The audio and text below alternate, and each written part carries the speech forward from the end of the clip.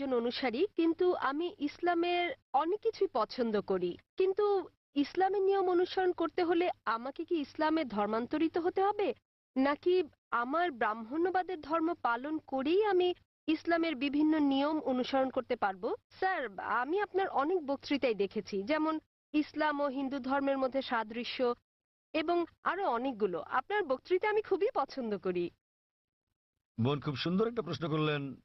তিনি বললেন যে তিনি ব্রাহ্মণিজমের একজন একনিষ্ঠ অনুসারী, কিন্তু তিনি ইসলামের বিভিন্ন বিষয় পছন্দ করেন। তার প্রশ্ন হচ্ছে যে তিনি কি ইসলামের এই সব বিষয় অনুসরণ করতে পারেন এবং একই সাথে তারা ব্রাহ্মণিজমে চর্চা করতে পারেন। তিনি আমার অনেক লেকচার দেখেছেন এবং অনেকটা পছন্দ করেন। বোন, প্রথমে আপনাকে বলি যে ইসলাম বা মুসলমান হওয়া কোনো উপাধি নয়। ইসলাম আবিধানিকভাবে বোঝায় শান্তি, যা পাওয়া যায় নিজেকে আল্লাহর কাছে সমর্পণ করে। তাই যে কোনো মানুষ যদি সে তার ইচ্ছা অনিচ্ছাকে আল্লাহর কাছে সমর্পণ করে তাহলে সে একজন মুসলিম।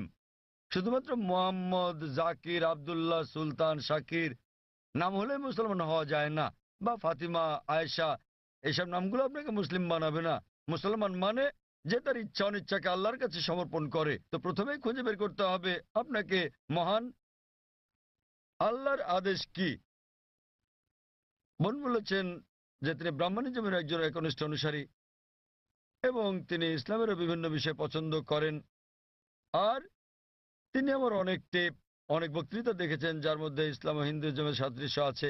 যদি এটা দেখে থাকেন তাহলে উত্তর দেওয়াটা আমার জন্য সহজ হবে, আপনার পক্ষে বোঝাটাও সুবিধা হবে। আপনি যদি দেখে থাকেন আমার হিন্দুইজম ইসলামের সাদৃশ্য নিয়ে বক্তৃতা, যেটা আমি বোধহয় প্রথম শান্তি সম্মেলন চেন্নাইয়ে দিয়েছিলাম, ইসলাম ও হিন্দু ধর্মের মধ্যে সাদৃশ্য।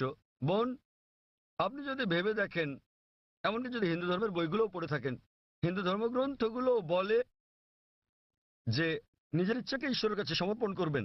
কিন্তু আমি যেটা বললাম যে সময়ের সাথে সাথে পূর্বের সকল ধর্মগ্রন্থ আগের মতো অবিকৃত অবস্থায় নেই।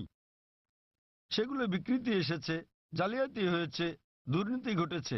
বেশিরভাগ পণ্ডিতগণই এই ধর্মগুলোর বিষয়ে, হোক সেটা হিন্দুইজম অথবা হোক খ্রিস্টানিজম অথবা ইহুদি ধর্ম, তারা একমত যে তাদের ধর্মগ্রন্থগুলো অবিকৃত রূপে সংরক্ষিত নেই। আর আপনি যদি আমার বক্তৃতা শুনে থাকেন, আমি শুরুতে যা বলেছিলাম, মহাভারত একটা গল্প যা অর্জুনের পিতামহ কর্তৃক বর্ণিত। এতে আছে ৮,০০০ শ্লোক। এরপর সময়ের সাথে সাথে পরিবর্তিত হতে হতে এতে চলে এলো ২৪,০০০ শ্লোক। এখন এর মধ্যে আছে ১,০০,০০০-এরও বেশি, ১,০০,০০০-এর বেশি শ্লোক। এটি কার কথা? মহাভারতের পণ্ডিতগণের। তো সময়ের সাথে সাথে সেগুলোতে হস্তক্ষেপ হয়েছে, তথ্য বিকৃতি ঘটেছে, কিন্তু তা সত্ত্বেও এরকম পরিবর্তনের পরও সবগুলো ধর্মগ্রন্থেই সর্বশক্তিমান ঈশ্বরের বাণী অবশিষ্ট রয়েছে। এবং আপনি যদি আমার বক্তৃতা শুনে থাকেন, সকল ধর্মের মূল কথা হচ্ছে সর্বশক্তিমান ঈশ্বর একজনই। তার কোনো মূর্তি নেই, তার কোনো ছবি নেই। সবগুলো ধর্মই বলে থাকে ঈশ্বর একজনই। আপনি হয়তো শুনেছেন আমার লেকচারে আমি বলেছিলাম বিভিন্ন জায়গায়, যেমন ছান্দোক্য উপনিষদে অধ্যায় নম্বর 6 অনুচ্ছেদ নম্বর 2 শ্লোক 1, एकम विद्वितीयम। মহান ঈশ্বর এক, অদ্বিতীয়। এবং শ্বেতাশ্বতর উপনিষদ অধ্যায় নম্বর 4 শ্লোক নম্বর 19 এবং যজুর্বেদ অধ্যায় 32 শ্লোক 3 বলা আছে, न तस्य प्रतिमा अस्ति। মহান ঈশ্বরের কোনো প্রতিমা নেই, তার কোনো ছবি নেই। প্রতিমা মানে হচ্ছে মূর্তি, ফটোগ্রাফ, রেখাচিত্র, ছবি, ভাস্কর্য, মূর্তি, পুতুল। তাই ঈশ্বরের কোনো প্রতিমূর্তি নেই, কোনো ফটোগ্রাফ নেই, কোনো রেখাচিত্র নেই, কোনো ছবি নেই, কোনো ভাস্কর্য নেই, কোনো মূর্তি নেই, কোনো পুতুল নেই। তাই সকল ধর্মগ্রন্থই জোর দেয় সর্বশক্তিমান ঈশ্বরের একত্বের উপর। আর হিন্দু ধর্মের ব্রহ্মসূত্রটি হচ্ছে एकम ब्रह्म द्योतय नास्ते नैना नास्ते किंचन। भगवान एक ही है, दूसरा नहीं है, नहीं है, नहीं है, जरा भी नहीं है। ঈশ্বর একজনই, দ্বিতীয় কেউ নেই, কেউ নেই, কেউ নেই, কোথাও কেউ নেই।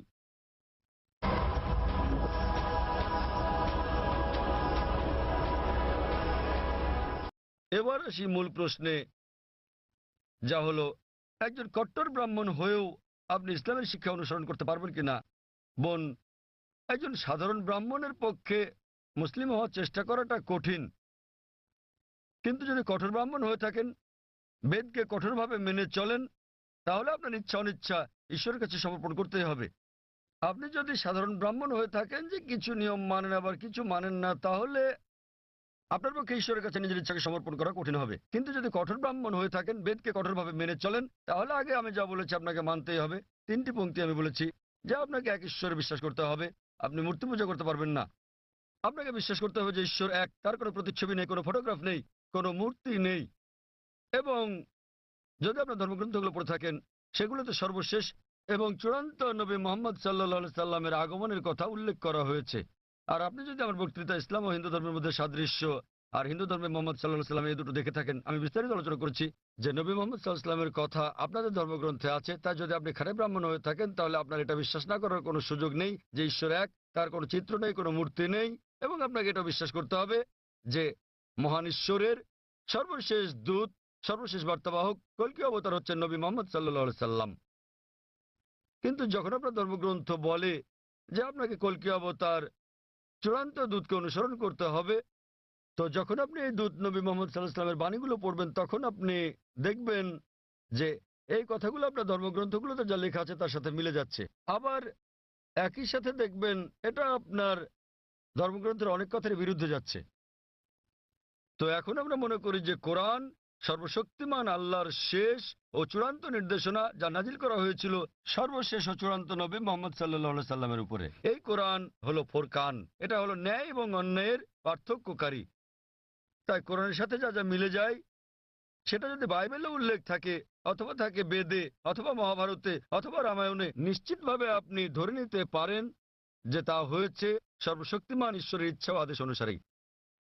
যদি সেটা বিরুদ্ধে যায়, আপনাকে মানতে হবে যে এটা হচ্ছে সর্বশক্তিমান ঈশ্বরের ইচ্ছা ও আদেশের বিপরীত। তাই আপনি যদি একনিষ্ঠ ব্রাহ্মণ হন, ব্রাহ্মণিজম চর্চা করে থাকেন, আপনাকে এক ঈশ্বরে বিশ্বাস করতে হবে, মূর্তি পূজার বিরোধিতা করতে হবে। আর আপনি যদি আমার সেই বক্তৃতা ইসলাম ও হিন্দু ধর্মের সাদৃশ্য শুনে থাকেন, সেখানে যা বলা হয়েছে, আপনি যদি কমপক্ষে ইনশাআল্লাহ এগুলো আপনাকে জান্নাতে নেওয়ার জন্য যথেষ্ট হবে ইনশাআল্লাহ। তাই আপনি যদি আমার বক্তৃতা ইসলাম ও হিন্দু ধর্মের মধ্যে সাদৃশ্য শুনে থাকেন, সর্বশক্তিমান ঈশ্বরের একত্ববাদ সম্বন্ধে, নবী মোহাম্মদ সাল্লাল্লাহু আলাইহি সাল্লাম সম্বন্ধে, কিভাবে সালাত আদায় করা যায়, মদ খাওয়া যাবে না, শুকরের মাংস খাওয়া যাবে না, যা কোরআনের সাথে সাথে আপনাদের ধর্মগ্রন্থ বলা আছে, আপনাদের বেদে শালীনতার বিষয়ে বলা আছে যে মহিলাদের নিজেদের আবৃত রাখা উচিত, যা কোরআনেও বলা আছে। তাই আমার সেই বক্তৃতায় যা যা আমি বলেছি, আরো অনেক বিষয় আছে, কিন্তু আপনি যদি শুধু এই বিষয়গুলো ভালোভাবে অনুসরণ করেন বোন, ইনশাল্লাহ ইনশাল্লাহ এগুলো আপনাকে এই পরীক্ষায় পাশ করিয়ে দেওয়ার জন্য যথেষ্ট।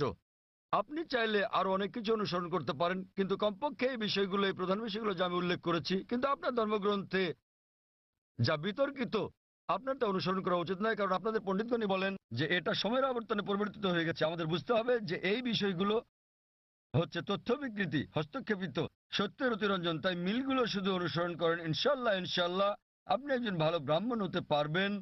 আপনি নিজ ধর্মগ্রন্থের অনুশাসন মেনে চলেন, জাফর খান এবং কোরআনের সাথে মিলে যায়, এবং ইনশাল্লাহ একজন নিয়মনিষ্ঠ মুসলমানও হতে পারেন। তো আশা করি ইনশাল্লাহ যে সর্বশক্তিমান আল্লাহ আপনাকে হৃদায়ত দান করুন। বোন বোন আপনি কি বিশ্বাস করেন ইসলাম ও হিন্দু ধর্মের সাদৃশ্য নিয়ে আমি আলোচনায় যে কথাগুলো বলেছিলাম? হ্যাঁ স্যার, পুরোপুরি। বোন, আমার লেকচারের কথাগুলোর সঙ্গে আপনি একমত? জি স্যার। আপনি কি নিয়মগুলো মানতে রাজি আছেন? হ্যাঁ হ্যাঁ, রাজি আছি। তাহলে আপনি যেহেতু এগুলো মানতে রাজি আছেন, আমি যা বলেছি, সুতরাং আপনি প্রকৃতই নিজের ইচ্ছা অনিচ্ছাকে আল্লাহর কাছে সমর্পণ করলেন। আরবিতে আপনি বলতে পারেন মুসলমান, বাংলায় বলতে পারেন আল্লাহর কাছে নিজের ইচ্ছাকে সমর্পণকারী। তো যদি একমত হন যে ধর্মগ্রন্থগুলোতে বলা আছে এক ঈশ্বরের উপাসনা করতে হবে, তিনি ছাড়া আর উপাস্য নেই, মূর্তি পূজা করা অন্যায়, আপনি যদি সর্বশেষ ও চূড়ান্ত নবী কল্কি অবতার মুহাম্মদ সাল্লাল্লাহু আলাইহি সাল্লাম এবং তার শিক্ষার উপর বিশ্বাস রাখেন, তাহলে আমার মতে, আমি যদি আরবিতে বলি, আমাকে বলতে হবে যে আপনি ইসলাম ধর্ম পালন করছেন এবং আপনি একজন মুসলিম। বোন, আপনি কি একমত আছেন? জি স্যার, একমত। তাহলে আপনি কি জনসমক্ষে বলতে পারবেন যে আরবি নিয়মে আপনি একজন মুসলিম? বোন, আপনি কি আরবি নিয়মে ঘোষণা দিতে পারবেন এটা? যেহেতু আপনি মেনে নিয়েছেন একজন ঈশ্বর এবং নবী মোহাম্মদ সাল্লাল্লাহু আলাইহি সাল্লাম সর্বশেষ ও চূড়ান্ত নবী, তো আপনি কি ঘোষণা দিতে পারবেন যে আপনি একজন মুসলিম? আমি বলছি না যে আমি একজন মুসলিম, যদিও আপনি যা বলেছেন আমি তার সাথে একমত। এখন আপনি যদি মেনে নেন যে ঈশ্বর একজন এবং তার হ্যাঁ। কোনো মূর্তি বা ছবি নেই এবং একমাত্র তারই উপাসনা করতে হবে, আর আপনি যদি মেনে নেন যে নবী মোহাম্মদ সাল্লাল্লাহু আলাইহি সাল্লাম আল্লাহ প্রেরিত দূত এই দুটোই যথেষ্ট আপনাকে ইসলাম ধর্মের জগতে নিয়ে আসার জন্য। আপনি পাশ করেছেন। অন্যান্য